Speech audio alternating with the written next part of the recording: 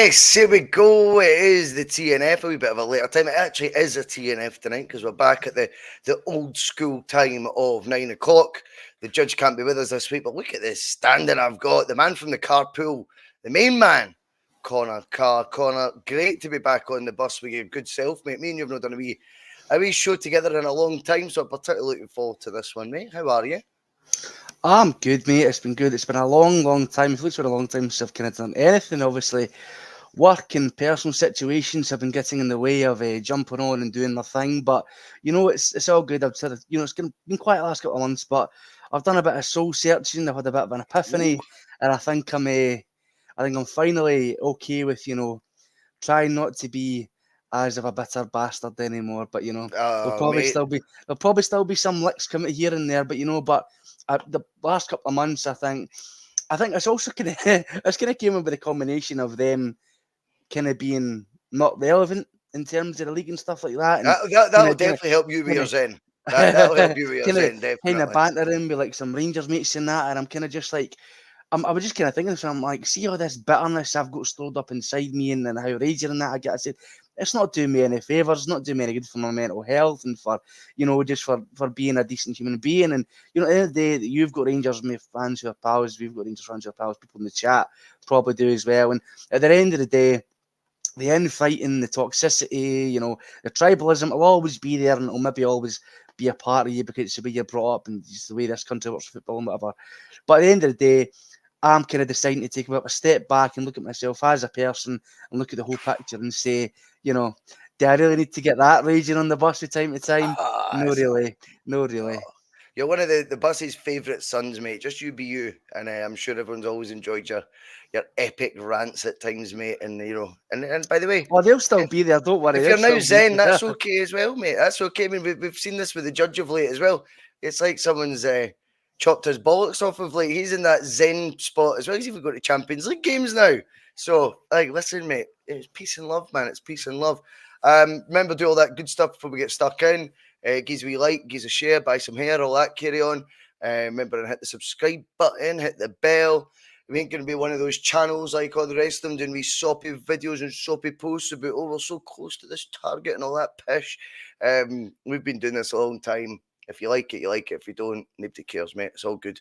But yes, remember, go to piesports.com as well if you fancy a wee tasty pastry treat. 12.5% off at the checkout when you use the code BUS1888. Anything else? I think that's fucking pretty much covered. Another international fucking weekend done. I hear there's another one in a month. Yep, I another did a one a big, month. I I, did I a big. remember. I remember. I was watching a couple of you guys talking on the bus. At least that's it over for the foreseeable. Aye, I'm watching about. I'm like, they don't know, did they? They haven't no, got a fucking clue. There's another one no, in exactly 4 weeks' time as of Saturday. So it's going to be aye. another fucking week to 2 weeks where we're without Celtic again. And to be honest, like when Scotland were doing all right, and I was kind of keeping up to date with stuff, and it was a bit alright. I was like, okay, I'll support my national team and that, but now that they're fucking shite and B, it's really just getting in there. It's almost like a roadblock trying to stop the oncoming train that is Celtic on this league. It's kind of just putting you back a wee bit in disgust, and you're just like, why the hell is there so many for so So long many. for so many points this season? It's ridiculous. It stop starts it a wee bit as well, and I do think as you say, when Celtic were getting into their free flowing best, it does feel like it's almost been like, oh fucking hell! Just when you're getting right into the nitty gritty of the season, then it gets all fucking halted for another international weekend. I mean, incidentally, I would be quite keen to hear your thoughts, Conor. I know a lot of people, probably myself included, a couple of years ago, to be honest with you, wasn't all that against the idea of a Steve Clarke taking over Celtic at some point. You know what I mean? Particularly, I think before Postecoglou got the job, I think there's a lot of names linked, and obviously I was on the Keane bus and all that. But I think Steve Clarke, to me, at that point, seemed a reasonable suggestion. I think now, with hindsight, and you look at his two stabs at major tournaments, albeit he's the rare breed of Scotland manager who's got us to two major tournaments out of three. So I think that speaks volumes. But right now we're sitting 1 win in 16 Scotland now. How you keep your job by a record like that? I mean, I don't get that. It's almost like we're letting everything fall back down in terms of expectancy. So at nights like last night, a 0-0 draw with Portugal start getting now the sort of hype and sort of applause that he was getting when he first took over, and I don't call that progress, to be perfectly honest with you. I would imagine there's a lot of folk in the Celtic support who maybe at one point weren't all against what Steve Clarke would do as a Celtic boss, whilst it was ever going to be rip-roaring, as Tony Haggart would say. I think then he thought, well, Champions League, he might do okay in that because he would set us up to be hard to beat. I think now that ship's, if there ever was one at any point, is well and truly sailed. I mean, what are your thoughts on him in terms of overall as a manager? I think he's probably, his biggest crime is probably just outstaying his welcome. I think he could have probably still got away with leaving after this Euros and going, qualified for 2 out of 3. Didn't happen at the last Euros there. That's the end of the cycle. But overall, my record looks okay. Now he's let himself into this Nations League. He's got 1 draw out of 4 games, 3 defeats so far. And it's just, as I say, 1 win in 16. It's not looking all that favourable for him. And he's certainly, I don't think he's done his CV any favours in recent times. No, I was behind Steve Clarke when he got us to the first Euros, but I think subsequently after the first, time round, it was I was a bit like a saint for me. I was like, cool, he's got us to Euros, and it was really by hook or by crook. Bearing in mind it was on penalties, and fair enough, the second time round, I think we finished, was it second or third in the group? And it was a tough group that we had. We had Denmark and Spain and stuff, and beat them. And there was a couple of snippets here or there where I was like, oh, things actually look not bad under Clarke, but yeah, at the end of the day, it's just a fucking dinosaur with the personality of a piece of styrofoam, and it's it's no, I don't think it's what Scotland need. I mean, there's a lot of talk now about foreign managers getting jobs. Obviously, Thomas Tuchel getting the England job. Obviously, me and my pal watching the Euros and watching the recent Scotland games, we wouldn't be against a foreign manager coming in to replace him, whoever that may be. I have no idea. Whoever's available, whoever's on the market, who could come in and do a decent job. We have so much talent in in terms of the national team. Alex, so much talent in terms of the national team that it's being wasted on this negative football and this negative brand of football. And granted, it's got results, but at the end of the day, we've crashed and burned at two international tournaments, and it's quite embarrassing. It's quite embarrassing going to the opening game against Germany and I were all full of the berry, thinking we'll do something, and then we get absolutely our arses handed to us. Whoa. I literally am the only person who bet one scoreline for that game ahead of it. I bet Germany 5, Scotland 1. Well, you're probably the only person who's not looking to get a result. I mean, you probably got £50 on it, and I got, oh fuck no, so I got back about £95. Gamble responsible for that, but I only do a couple of quid bets. But I promise that was what I bet. But in terms of this is what we always talk about from a Celtic point of view. You get into the Champions League, for example, or Scotland getting the Euros, and expectation levels go up, Conor, because now, if you start qualifying for tournaments, I think it's only fair for you to expect the team then to be showing signs of evolution as well.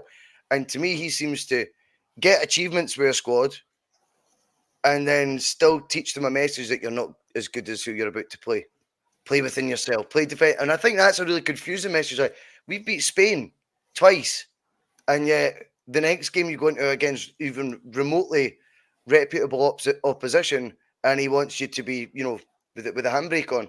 I think that's such a mixed message. You've got to let the team evolve as the results and as the expectancy goes up. But anyway, enough of that shite. Let's talk about Celtic, because as the tagline or the headline of the show says, our title rivals come to town.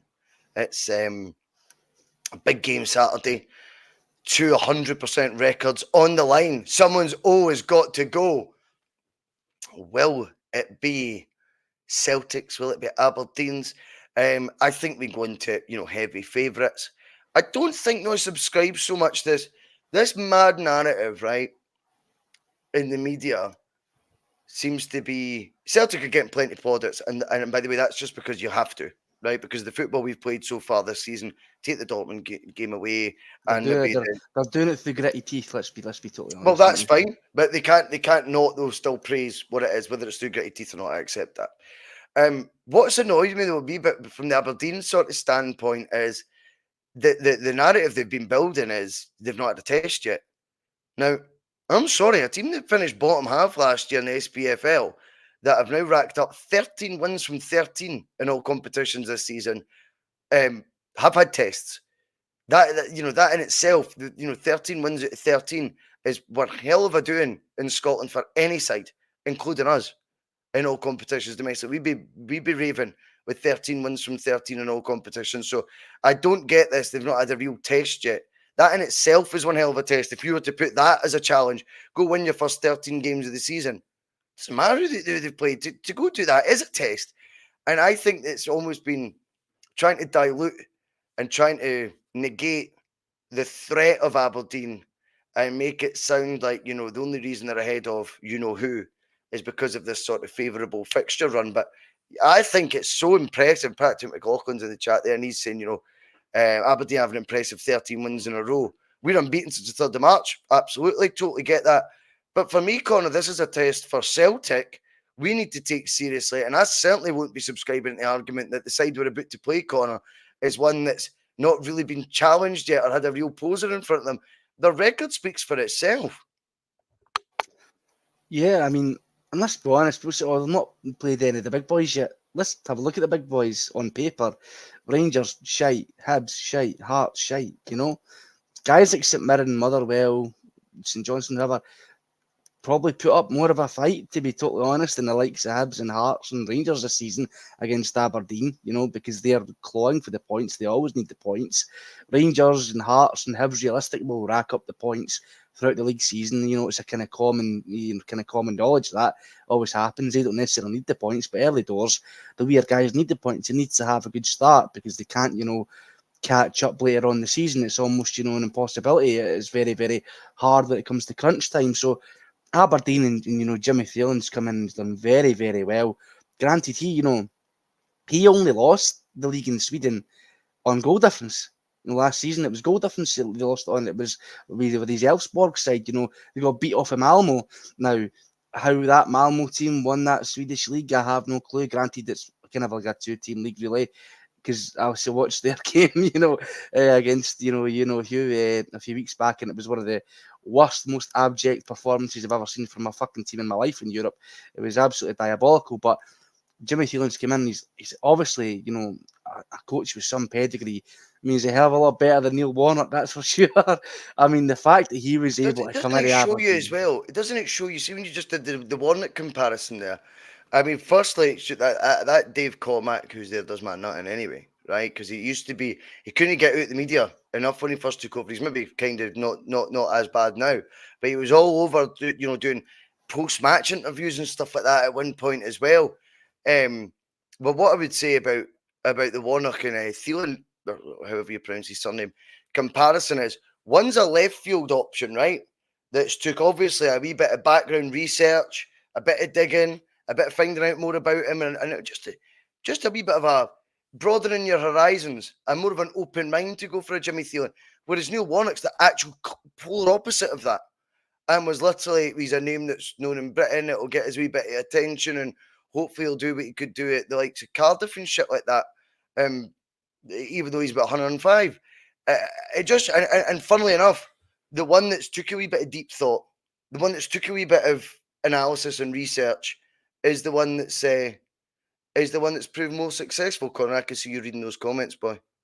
I can see you, mate. I can see your eyes wandering, mate. I like reading them. I just like, I've been a while. I like catching up with everybody. You know what I mean? Like seeing how everybody's getting on. I know, that's all right. I'll talk to the cat, mate.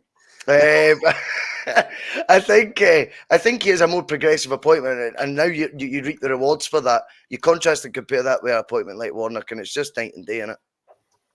Yeah, you could maybe make the comparison that it's kind of like their Postecoglou. He's kind of an unknown name. He's coming from maybe an unfashionable league. He's got a good background, but he's not necessarily the first name that you would think to go for.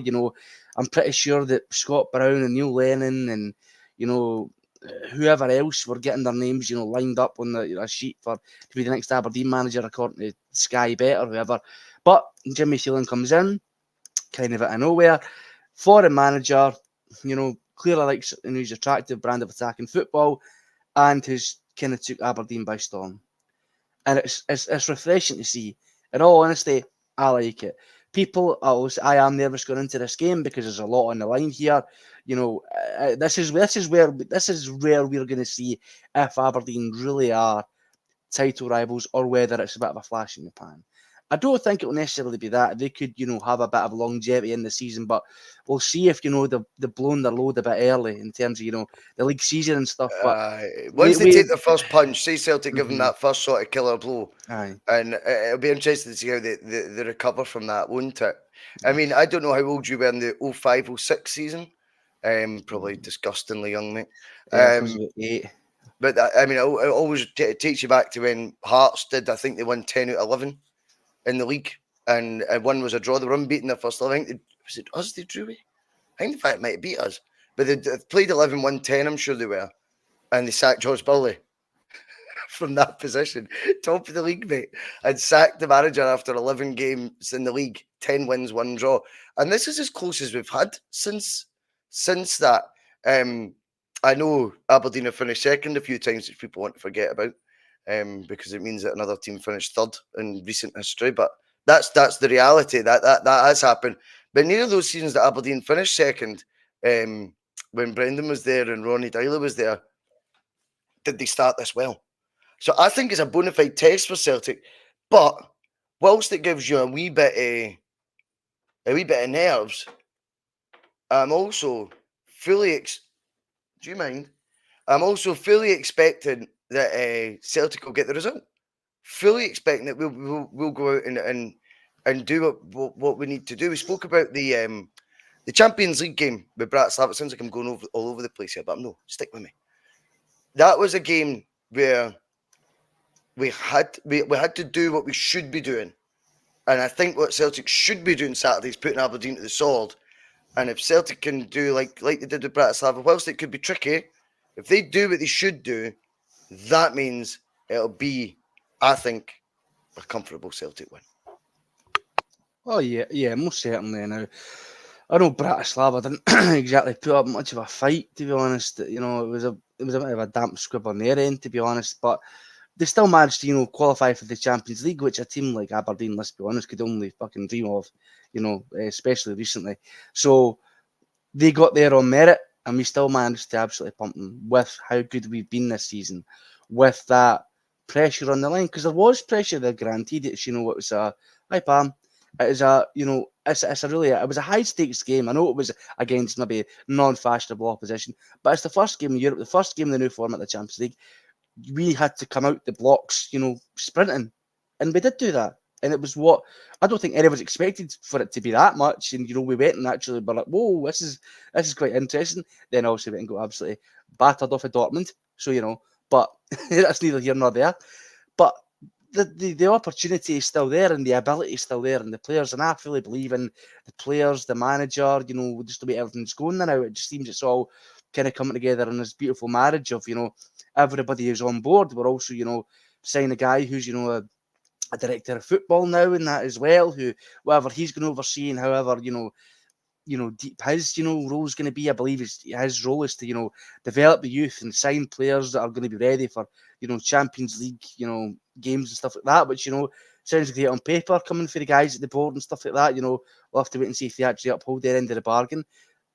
Probably not likely, let's be fucking honest, with the track I mean, record. he's another one, though, that when you look at the socials, mate, you see it met with negativity, straight away. And what have we just been praising Aberdeen for? A left field appointment that they've done research on and not went for someone that's going to tick boxes in terms of how well they're known. And he's had success. So, Tisdale is someone that is only getting met with criticism or skepticism purely because you're not really that familiar with his work. Not because you know anything about how good he is or qualified he is to do the fucking job. And that frustrates me. I mean, it should be something that we go, right, that's where they've landed on. I mean, at this point of the season, that cat fucking knows when I go live, by the way. He's never like this. I mean, he's scared of his own shadow the rest of the time. I go live when he's fucking running about, try to get on set. But aye, with regards to the Tuesday one, to me it looks like an appointment that they've took their time over. And therefore, if there's been a thought process behind this, and they're not caring about it being a sexy name or whatever, it's going to be based on, right, no, he's the guy for us, based on, how he interviewed, doing the background checks, etc., then happy fucking days, mate. Let's see how it goes.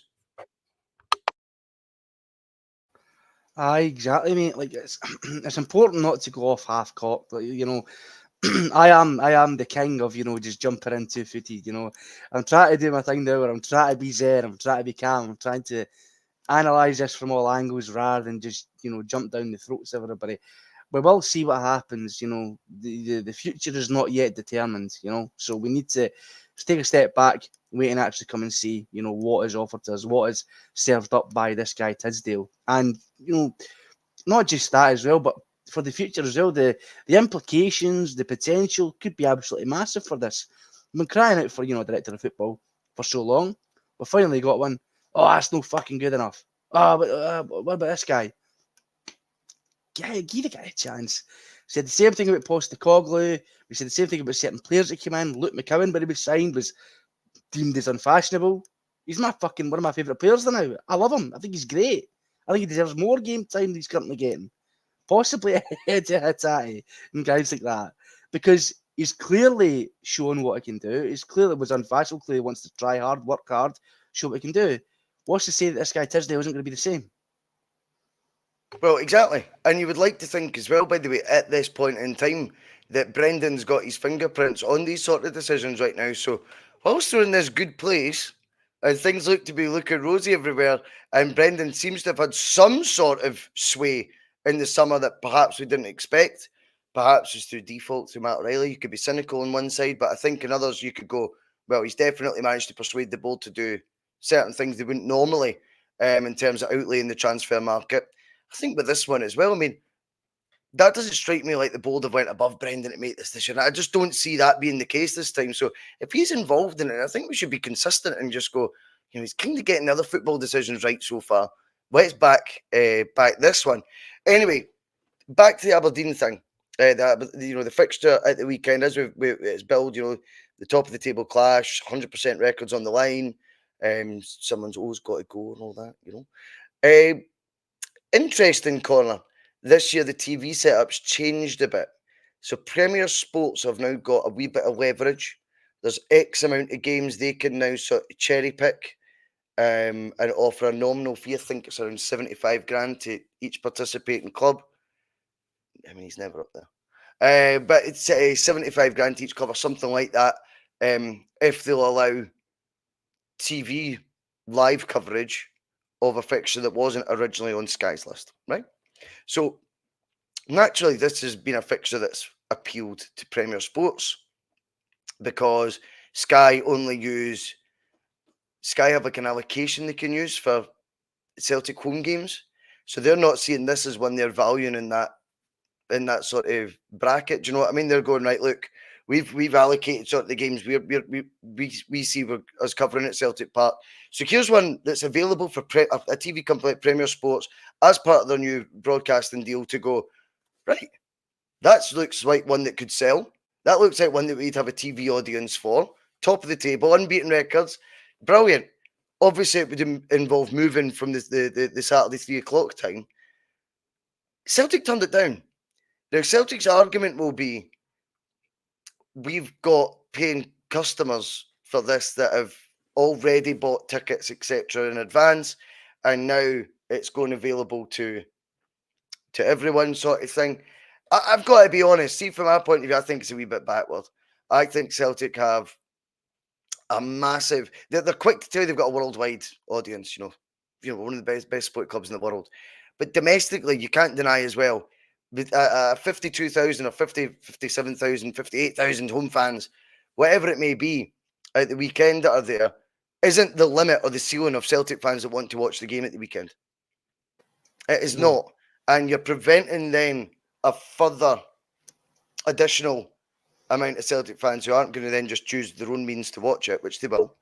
You're preventing that being done through an actual a channel that's supporting our competition.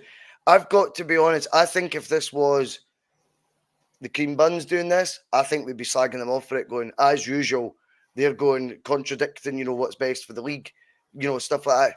I was surprised by the decision. I think it doesn't make much sense to me. And if anyone's got a further argument in Celtic's defence for it in the chat, by the way, please put it in so I can entertain that as well, because I do want to try and get my head around it. Because for me, as a fan of all good things Scottish football, obviously everyone's from a Celtic bias, but I don't know how that would be changed by the game being on telly. Whether it's shifted by a few hours or not here and there. I mean, wait till you see some of the fixture times we play this season. Right, there will be plenty that we're not all happy about. But I think for the product overall, to not have a one of your TV partners, and now we've got two options, Sky and Premier, to not be able to thrash out a deal for this game to get maximum exposure to either of our TV broadcasters, I think at this stage of the season, going on the records, look at the league table, the optics of it all, I find that really hard to deal with. It's Celtic who's been the reason it ain't happening. What's your take on it though, Conor? I just find it very bizarre, to be honest. We've been kind of given this opportunity to, advertise the league, advertise the club to more people, gain more revenue. I mean, if there's one thing Celtic are famous for, it's not turning down any fucking money. Like, genuinely, you're literally being offered 75k. Granted, that's chump change to Celtic, but it's still money at the end of the day, which, they could put towards something, probably, given Desmond new heated seats in his Mercedes-Benz. Either way, it's just weird. I just don't understand it, At the end of the day, the tickets are already sold. All you have to do is bump the time a couple of hours. The tickets will still work. They'll still get in. They'll still get in to see the game. It's not really affecting anyone. The only people it may affect is potentially fans getting home, maybe having to leave early for whatever reason. But that happens at every game anyway. The bang on, like the 80, 85th minute, you just see how they get up, and then, they proceed to head for the exit if they want to beat the traffic or blah, blah, whatever. Whatever your opinion on that is your own prerogative, whether you think it's right or wrong. But at the end of the day, the opportunity's there to advertise the games, showcase them, show it to more people, rather than people having to choose through illegal means, using old Fire Stick, CSC, and all the rest of it. But You it could will put it happen. on. And Oh we no, know it that. happens Yeah, it will regardless. happen, right? So rather than just doing that, you could just say, here's another option. It also helps out Premier Sports as well. They might be like, oh, we don't have to use the dodgy Fire Stick that's 5-10 minutes behind. Let's sub to Premier Sports for a month and let's see what games we can get. The two go hand in hand, so it's Premier Sports as well, or technically losing out potentially more subscribers than that as well. So it's just a bit bizarre, in my opinion. I can't imagine Premier Sports will be too happy on their end, to be totally honest. And it's Alistair just a bit Jack's weird. coming in, Conor, and he's saying your Premier Sports offered just 75 grand, which I'd said already. I think that's the deal. They get these extra fixtures, Alistair, and it's 75 grand per fixture, right? That they can, if they can agree it with the clubs. It's 15 grand for putting fans out travelling. I get that, but can we not get over the small mindedness as well? Celtic, bear in mind, are a club that's just just announced turnover over £100 million here. But let's not talk about 50 grand coming in and start like looking at it. Go, well, who cares about that? But just because Celtic's in a great position doesn't mean you don't support them in the league that you're in. And I do think we change our argument to suit ourselves at times with this, because when it was the car dealership sponsor Cinch, and then Rangers refusing to do it, we were like, look at the state of them, man, putting all that before the competition we play in. I think there has to be greater respect for the league, and then we can't complain that we can't get decent TV deals. That when we do have, whether it be minimal money or not, TV deals in front of us, we turn them away anyway. And to me, I just think it's just stupid.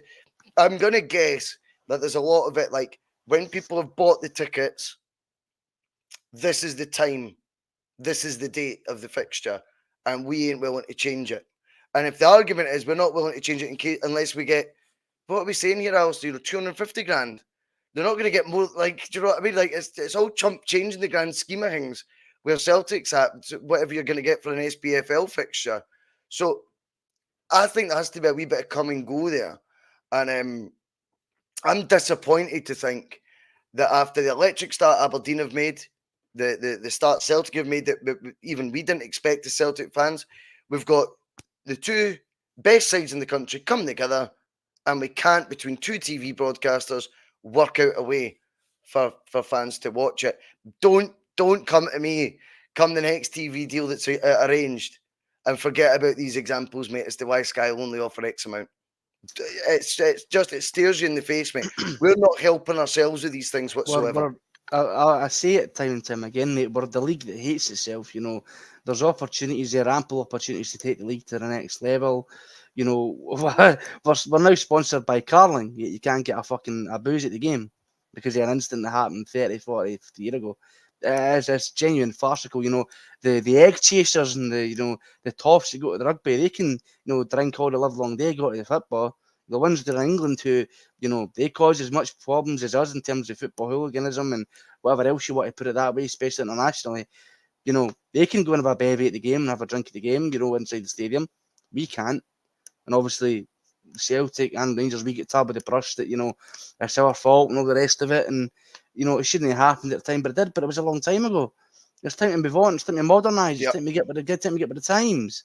But it never happens. And, it's as long as we've got these old fuckers who, they just don't get it. They just don't get, what it's like being me or you to support these clubs, or guys who support St Mirren or Aberdeen or, Ayr United, whoever they may be. They don't get what it's like to be the common man supporting the game. You want to see the league, you want to see the reputation of the sport in this country take that next step to get, to go up and to get more eyes on it. You can't want your cake and eat it, Conor, right? Because one of the arguments you'll always hear is, oh, look what they put in the English game.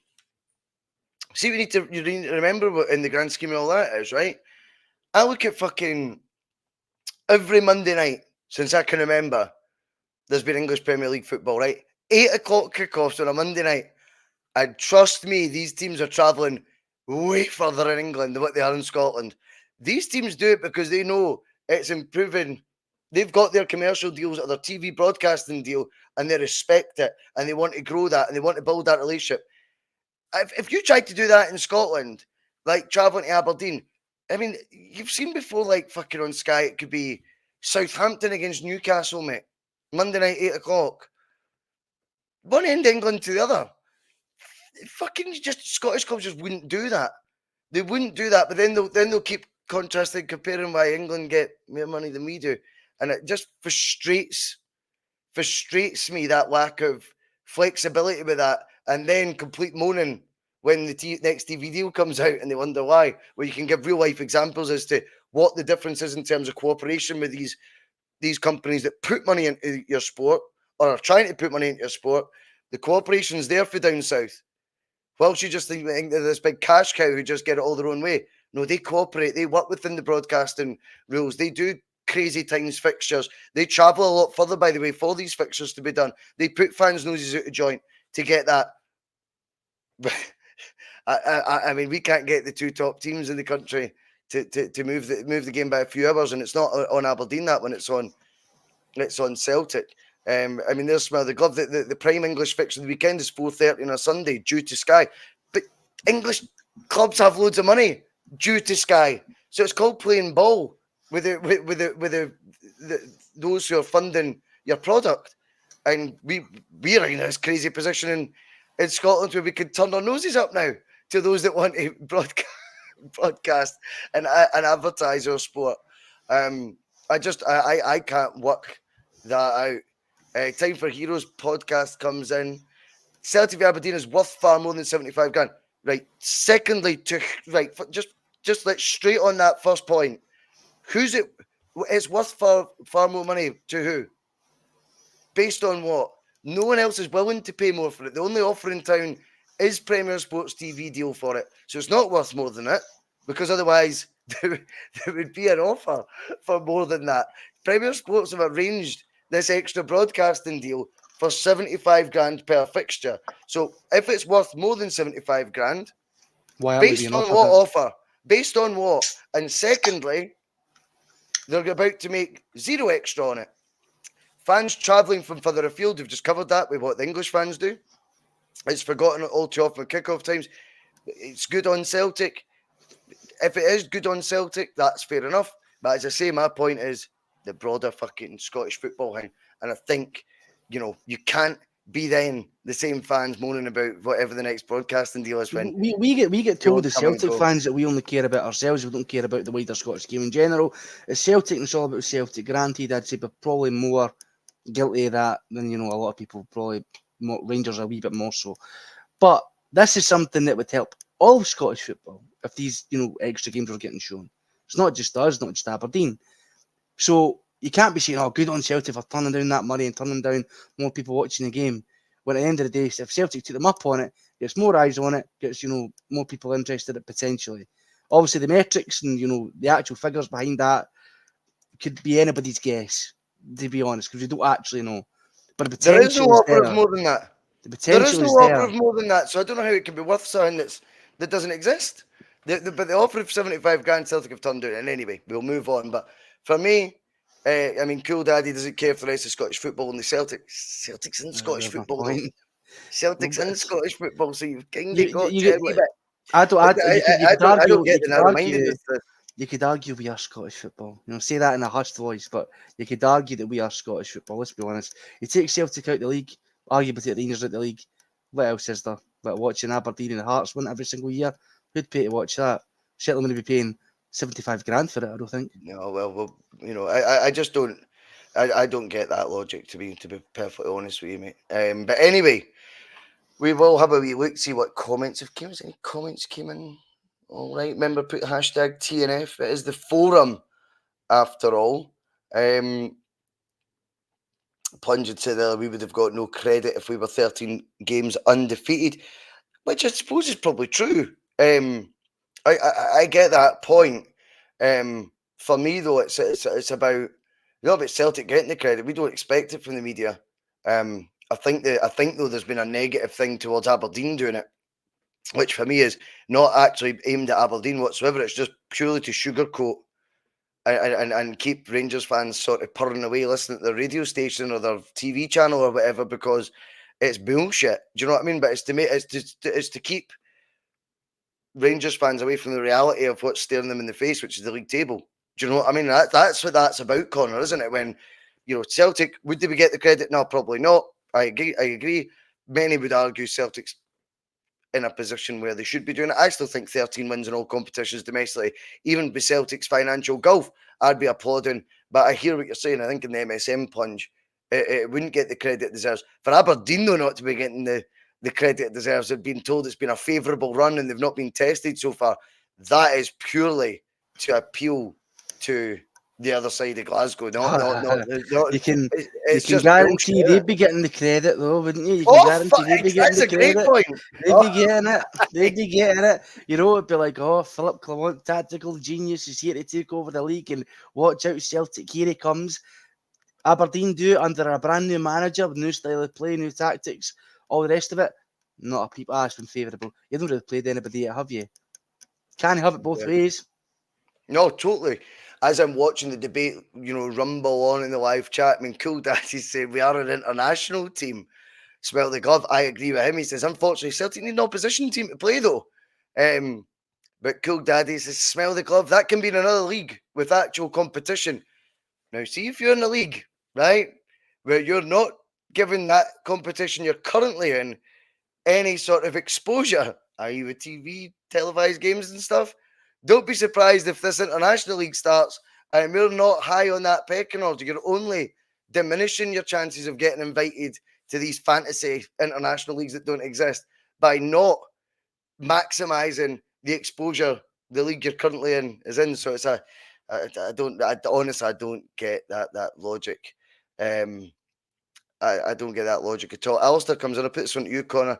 I don't have much of an opinion on it. He says, do you think we should have gave Aberdeen more tickets and took the bull by the horns? Is that in terms of... In fact, no, I don't really... I mean, is there going to be empty seats there? I mean, it's a sellout as far as I was aware. You'd imagine that Aberdeen on the current form they're in, they're coming to town to play Celtic. Both teams undefeated. There's so much on the line. I'd imagine they would have showed out their allocation, surely. So, or something close to that. I mean, and let's be honest, Aberdeen and allocations. They were asking for, I think, a 50-50 split in a semi. Was it last year or the year before? And then they couldn't even fill, I think, a quarter of it, and it was a wee bit embarrassing. Yeah. I don't really see the point in that. I don't get the point is, but I mean, who cares really? I mean, at the end of the We're day, gonna sell our allocation. I think aye, one of the interesting things that's happened recently, Conor, is to keep their own fans happy. A lot of SPFL clubs recently have cut the allocation of whether it be Celtic or Rangers or maybe even another team, the other team. I've never really understood that unless the fans that are demanding that are doing it with evidence that they can kind of provide to you that we're going to fill those seats. To me, if it's about the sporting advantage side of it and going, well, if they take the seats, we would rather they were empty because it gives them an advantage when they're away from home. I mean, that's one way of looking at it. But the bigger picture is that gap's only going to grow because you've just lost out on revenue yet again at home and you'll probably get beat anyway. I don't get that logic, to be honest with you. And again, to go back to the broadcasting thing, I mean, you look at when we played St Johnstone, mate. I mean, how that was us with the allocation at St Johnstone, and they can't even get close to their main stand fill. And then you start going to places like Hibs and stuff, who are quite adamant. You know, Celtic had too many fans there before. Surely you're saying that on the basis of you thought it was unfair that your fans weren't getting those seats. Instead, they're now just empty. So there's a loss of revenue. The product looks worse, and you still got beat. Genius. oh, it's fucking absolutely like, you know, it's crazy logic. You know, it's the guys who are making these decisions. You know, up in their brain. I mean, the wheel's spinning, but the hamster is dead. It's it's I need fucking vodka. mental. It's fucking mental, man. Like why there's no evidence that these teams can sell out their stadiums or fill them to any proportionate degree, and to cut away a massive chunk of your revenue coming in from away supporters of Celtic, which will fill as many seats as you give them. You could give them near enough the full bloody stadium. Chances are they'll more than likely fill it. But yet they just turn away the money because we get all these wee fannies who support the likes of your St Mirrens and your fucking, your Queen's Parks and that, whoever it is, or Hibs or whoever they play. These wee fucking diddy clubs with these supporters who like to bitch more on Twitter about, glory hunters and blah, blah, blah, and don't want them here. We don't need them. They're a fucking blight in Scottish football. We'd be better off without them. You were happily taking our money for years. I'm pretty sure, who was it? Was it St Mirren? Had a Celtic club shop inside their own fucking stadium. So don't come to me with it. Oh, we don't need you. What? They send you. They had What? yes, they had a fucking Celtic club shop attached to Stop their it. stadium. So Google it right now. No, I mean, I just can't believe. Swear to God. No. Swear to St God. Mirren had a Celtic shop I hope I go connected wrong to with their this. stadium. Wait a minute. No, Connor. That can't. I mean, near it in the vicinity, close. I mean, Look, I'm looking at a picture right now. Supporters furious. This is for the Daily Record. Supporters furious that Celtic FC branding was put up at St Mirren Park ahead of Glasgow club's game. So they put a Celtic shop a inside St temporary Mirren one Park. went I think it for was Celtic temporary. arriving. Aye, for Celtic coming, but even still, oh, aye. Yeah, exactly. So don't come Aye, to I mean, me with that's a it. far Don't cry come to for me going, with there's a it. few extra seats. Well, I mean, see why that would exactly. be a fan's nothing. I could see that. Right, but That don't would come have, to me with we don't want you, we don't need you when you'll fucking take our money for the club shop. So wow, that's I told mad. you. I told you. That's mad. That's mad. Right, okay. Let's see what else we've got coming in. In comes Michelle, and she's saying, good news, CCV is back in training. I mean, CCV definitely, mate, should be the standard bearer for what we're looking for as a centre back. He's in his fourth season now. I have been underwhelmed by him so far this season. And if we actually look maybe at the last 18 months of CCV, it does always seem to be on the brink of or carrying some sort of niggling knock. And you can't help but wonder, such as the ability of Cameron Carter-Vickers, there is something underlying with him or an injury proneness associated with him. That's why he's never seems to be the subject of the bids that, thank fuck, but the bids that, you would associate with someone who's excelled in Celtic's first team for the period that he has. Back in training, definitely that's what we want. There's a few reasons why. Obviously, you want him back firing at his best. You want your best players available. Secondly, You want the real competition on the left side to be Liam Scales fighting for his life to keep that left centre half role and punching above what we think is his ceiling of ability. That's fine if everyone's got that preconception. I probably am guilty of it as well. But if it's bringing out the best in him this competition, brilliant. But it means though that the competition's in the form of a £6 million guy who started 30 odd Premier League games last year in Austin Trusty. So when I look at that left side, Trusty so far, I think it's been far too harsh on him so far. In fact, I don't think he's been as bad as made out whatsoever. Secondly, no recognition of the fact he's playing on not the side of centre back not the side of central defence that he was signed to do. Now, well, people say, well, it's only a few years on. Signed, put Liam Scales there then. They didn't want to do that either, right? So let's just have it right. There is quite clearly a definition in each role that is slightly different. And Trusty, whilst coming in late in the day, not getting the benefit of the fantastic pre-season Celtic had, and now he's playing sort of out of the position he was signed to do. I'm all for getting CCV back and then a proper shootout between Trusty and Scales for left centre back. And whilst you would imagine the reason Trusty was signed is because that's a battle that he's expected to win. The enigma that is Liam Scales right now, I think he scored for Ireland recently as well. This guy just, another Champions League man of the match, he said as well. Am I right? Was that right? Did he get Champions League man of the match? I think so. Did he? He got one last season. He got one last season. Did he get it against Bratislava? No. Imagine me. I'm just talking shit. Ignore maybe. Me. I don't know. I think maybe he did because he scored the first goal. I think it was either him or Engels. He might have. It's even long ago. Right? That's what happens when you get old, Conor. But no one would write him out. But what you want is the bona fide competition, mate, for the actual jersey Justy was signed for, and Liam Scales to go, fuck you, I'm going to get even better than you think you've seen me because I'm holding on to this for dear life. Then you're going to get proper results alongside a Cameron Carter-Vickers. But on the flip side with CCV, there may come an argument this season if he can't get either to full fitness or to the form we know he's capable of, where he's now part of a mix of three, that three are just going for two places. Because if Rodgers hasn't been deterred by what he's seen so far from Trusty on the right-hand side of defence, and Cameron Carter-Vickers comes back in, for example, and again doesn't look convincing, might not look all there, then there's nothing wrong with having three going for two spots, rather than it just being someone's a guaranteed starter. And it's hard to say that about CCV, such as the loyalty you've got to him, but Celtic's an ever-evolving, machine, and you won't get to start games for Celtic based on yesteryear and what you've done in the past. It'll be based on the present.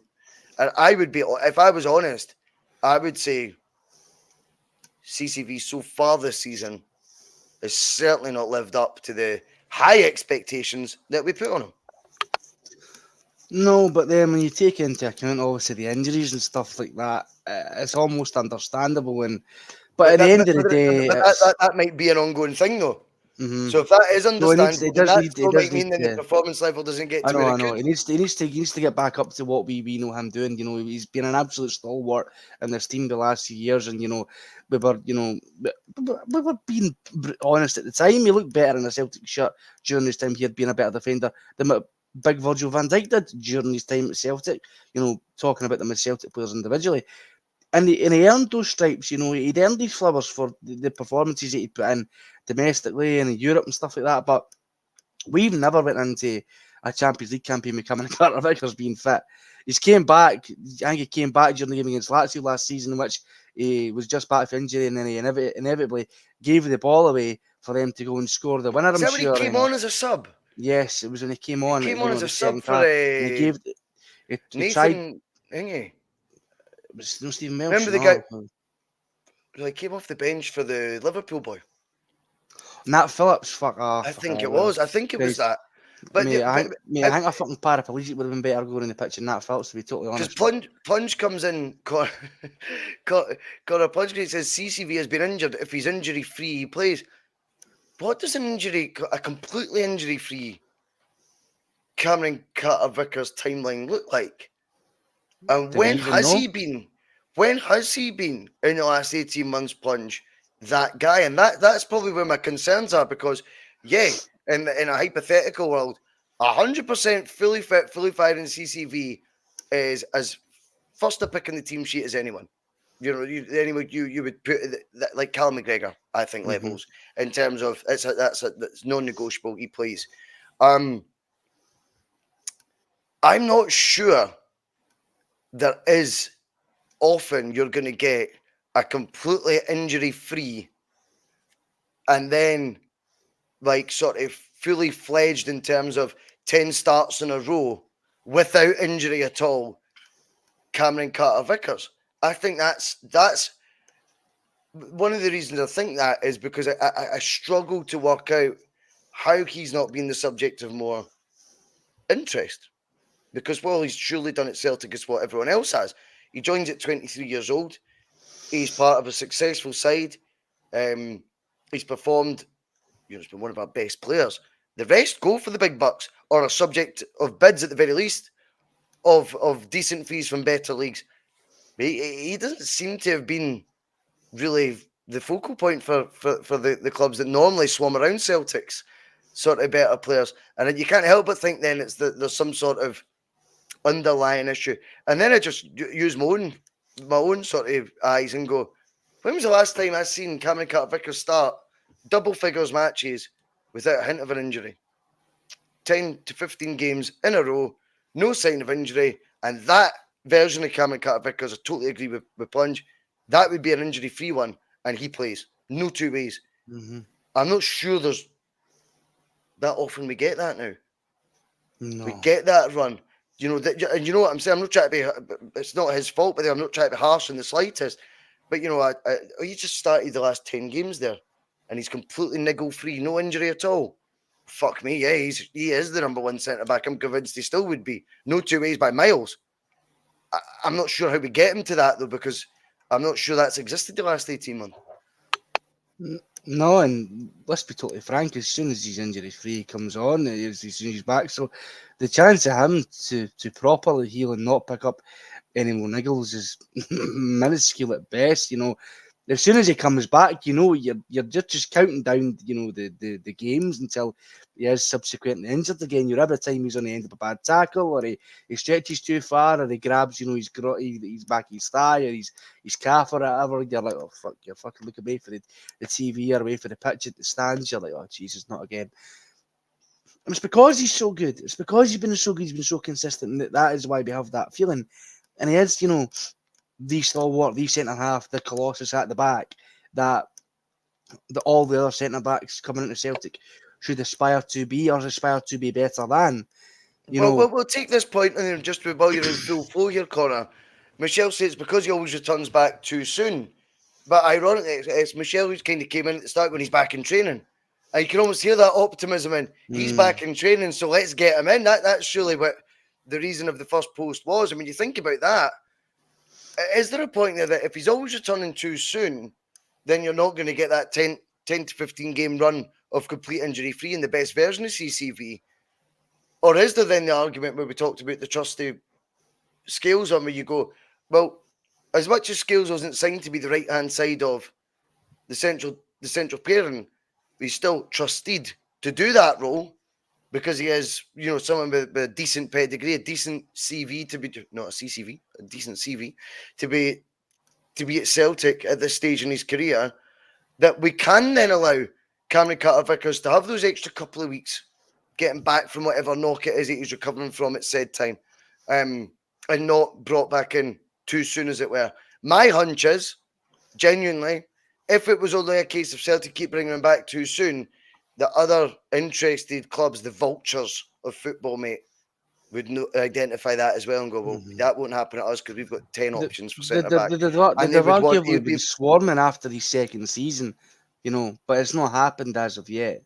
It's only been, you know, little mutterings here or there about it's not, and every other player, mate, and every other player that's shown form that the CCV has for Celtic, mate, it's concrete interest. And I can't help but associate that with they must think there's a risk element with him. That's that. I mean, if he has been returned back too soon, by the way. I think that's probably been true to a point. But I would imagine though now, if you're Celtic's recruitment team or the money men above, you'd be saying, well, there's no excuse to be bringing him back in too early now because you got, the fourth or fifth signing at centre back since you returned, Brendan. Mm-hmm. There's been a combined outlay of about £15 million or 12, £13 million on centre back since you came in. Whilst Stephen Welsh signed a new 4-year deal last year, who's also at the club. But here, whatever your thoughts are, Welsh, they could be going, can we not find out of that lot someone who can actually just, hold the fort whilst you wait till Cameron Carter-Vickers is back up to speed rather than seeing this continually repeat? I wonder if there's just a bit of it where it goes, there's an inevitable injury around the corner with CCV anyway, whether we certainly don't wish that, and whether it's like nice to admit that or not. I don't know. I think injury prone it just happens with some players, and I wonder if he's one of them. Potentially, mate. And at the end of the day, like, it's the manager's prerogative who he selects and who he wants to play. Like, end of the day, we can only speculate, we can only give our thoughts and opinions. If it were up to me, I'd go into this game at the weekend and just put trusty and scales in. Give Carter Vickers that extra game. Yeah, here they've or played there a few times together as well. Yeah. To get up to speed. Granted, Trusty in the first game he started, I think it was a game against Falkirk, he didn't look the best, but by no means he hasn't looked anywhere near as bad as a Nat Phillips, a Lagerbielka, a Mike Nawrocki. He's not looked that bad. So, and he's still got selected to go and play away for international duty. So clearly there is something in there that the international manager sees in They need fall for the overreactions, mate. Do you know what it is? It's all the same bedwetters who want Celtic to, when they spend money, make it to go, aha, see, money doesn't help. It's just all the same happy clapping bullshit, mate. Honestly, it's agenda driven, and I know what I've watched in Trusty so far. I've went, to be acclimatising to Celtic and not be in the position you were signed to be doing, I think you've done okay. Mm-hmm. And I'm quite confident when I see him in the ball, I go, he can play a bit. I was talking about it on the PMP. When he was on the ball, it's the composure to wait till he gets the space because he's trusting himself to be playing the ball to Greg Taylor in behind the oncoming, say it was midfielder who's doing the press for, I can't remember the opposition. They're the best. He's playing it in behind him. He's zipping it into Greg Taylor. There's just wee examples. I thought, yeah, he's got a bit about him. He'll come good. Right, a couple of nostalgia trips we're going to go on, Colin, before we go. I appreciate that you've stayed on, just after 10 o'clock right now. I know it'll be past your bedtime, young man. I'm off tomorrow. It's fine. Woohoo! John McLean comes in, and it's going to be a question I think that will happen up till January. Is KT coming home, boys? What do you think? I think I think he was a person of interest last summer. I stand by saying that. I think Brendan, when he first came back, had wishes, not demands. And I think two of his wishes were McTominay and KT, probably both on loan. I think that was something he was looking to do. Just back, don't shoot the messenger. Just a thought. Whether it's unrealistic or not, that's not the point either at that time. Now, though, you look at the KT one. He does a year in La Liga. Again, it's injury ravaged. This year under Arteta, even when fit, he's nowhere near it in terms of starting games for Arsenal.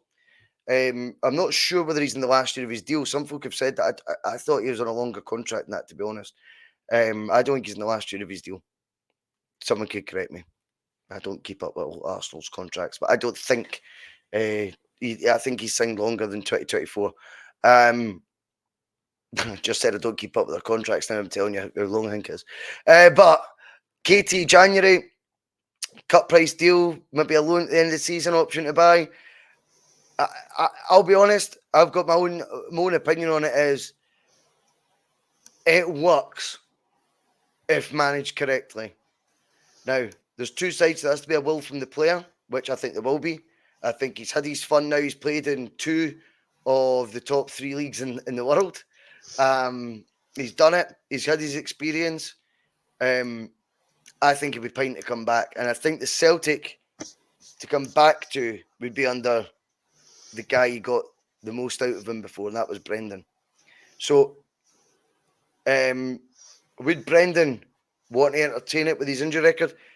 Listen, it would be absolutely a deal that would be drastically different from his Arsenal one. I've always got the vibe of KT though.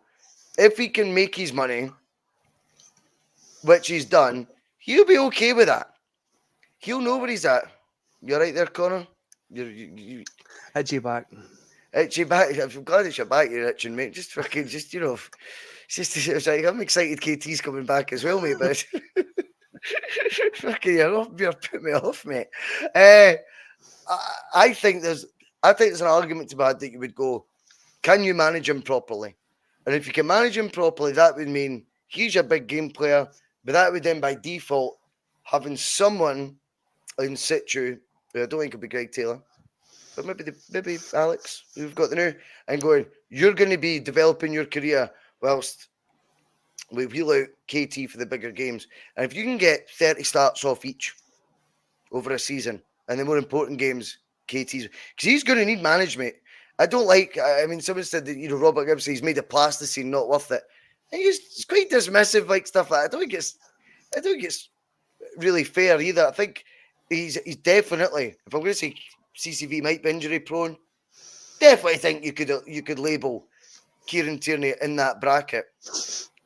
But I just wonder if sometimes the stars are meant to align, and this might be one that we're able to look at in January. And I think in terms of romance, in terms of capturing the imagination, I think, Filder could be the sceptics right now. I think you see KT back out with that Celtic jersey outside Celtic Park, returning home. I think it'd be met with a hell of a lot of adulation. People, they use their brains at this point. They can be cynical all they want. See, when it comes to the crunch, you see KT holding that jersey again. And it's the return of the Golden Boys, only 27, 28. And we're going to look after you. Come back. We're going to look after you. You made us 25 million up front. We've brought you back for fucking, I don't know, say it's on loan with an option to buy for 5 million or something. We've made a shed load on you. Now come see out your career with us and we'll look after you properly. What's not to like about that? Nothing to me. Seems like a pretty good deal. I mean, at the end of the day, I know we all have our business heads on and football's a ruthless game, but at the end of the day, it's a romantic game as well. It's there's imagination, mate. Of course it is. There's romance in football, and there's nothing more romantic to me than the thought of, KT coming back, doring the hoops, and slotting in at left back and putting in another performance against the Cream Buns. And just use your imagination. Think of the possibilities. Yes, he could end up coming and getting injured in his first couple of games, but he could go and have an absolute stormer. The potential is there, and he's coming in with an own quality. This isn't like an Alex Valle or a Bernabeu that he's coming in with known quality. We know what he can do. He's done it for us before, and he's arguably, granted he's had his injury issues, he's arguably learned more playing for the likes of your Arsenals, going to Spain last season, playing, in the Euros and stuff. It was, even with these injury issues, he was one of Scotland's better players. KT would start more games in his first season back than Bernabeu did his whole Celtic career. Exactly. And Bernabeu has cost Celtic 3.75 million in fees, and probably take that signing on fee and wages, put it past the 4 million mark. KT would make more starts in a season in his first season back than Bernabeu does his whole Celtic career, and he would still be at that point sitting 20 million in the green. In the green with Celtic in terms of profit as a player. So let's not get, it wouldn't be a waste of money. We've made our money on KT. He's one that you can invest in. You bring him back history. We're still sitting pretty with him. Right. Anyway, we will call it there. Connor's fidgeting like a madman. I think he's had too many cans. He's busted for a piss. That's it's like a fucking that back must be itchy, mate. That back must be itchy. But anyway, listen, it's been a brilliant wee night getting to do it a wee bit later than normal. It's been good fun. And I can't wait for the football at the weekend. Really looking forward to the top of the table clash. To all you who've watched, really appreciate your time. Thanks for the comments. It's been good to get some decent debates. Connor, brilliant to chat with you again, my man. Absolutely awesome to see you, mate. Pleasure. Keep flying, mate. And we'll see you all later. Nice one. See you later. Bye.